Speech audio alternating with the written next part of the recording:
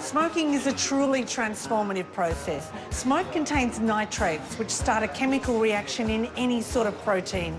They help break down the connective tissues and add a really lovely, naturally sweet flavour to meat.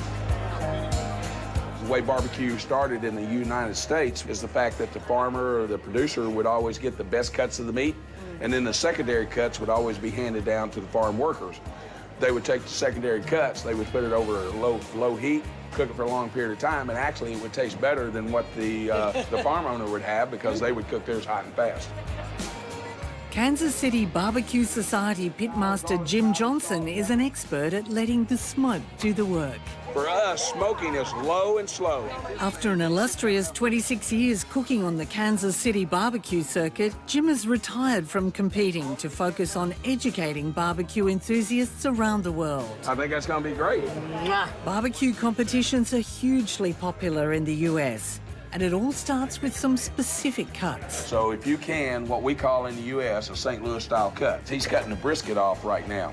Once you cut that off, this becomes a squared up rib. This becomes a St. Louis style cut. This is a very popular cut in the US, and then they will actually cut the fat cap off.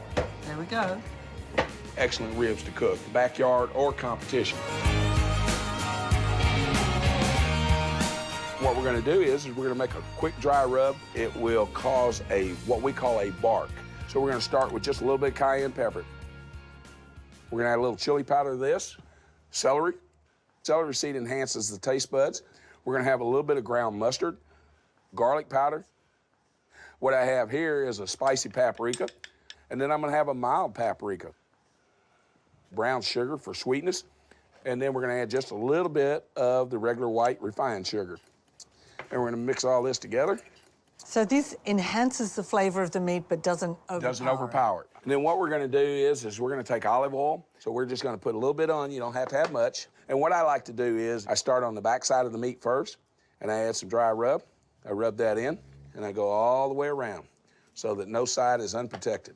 So they're generous amounts you put in? Very much. We want to make sure that the skin has a really good bite to it. Now we're going to be ready to take this to the smoker and put it on the fire.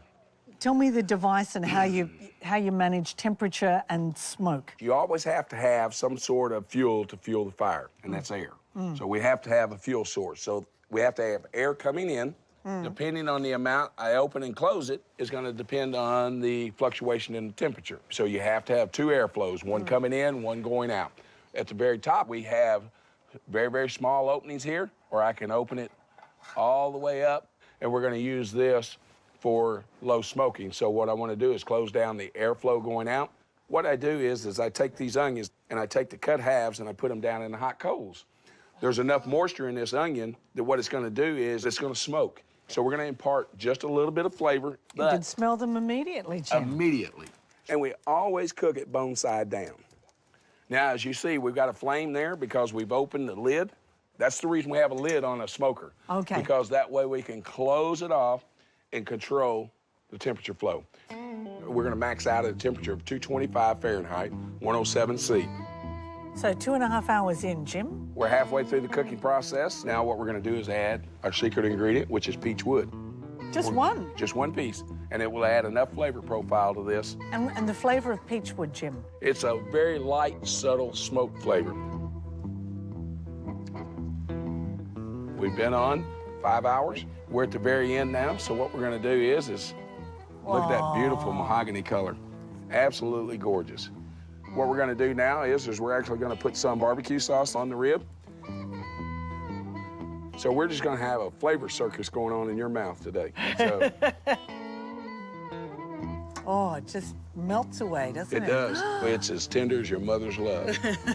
This is what properly smoked meat looks like. Wow.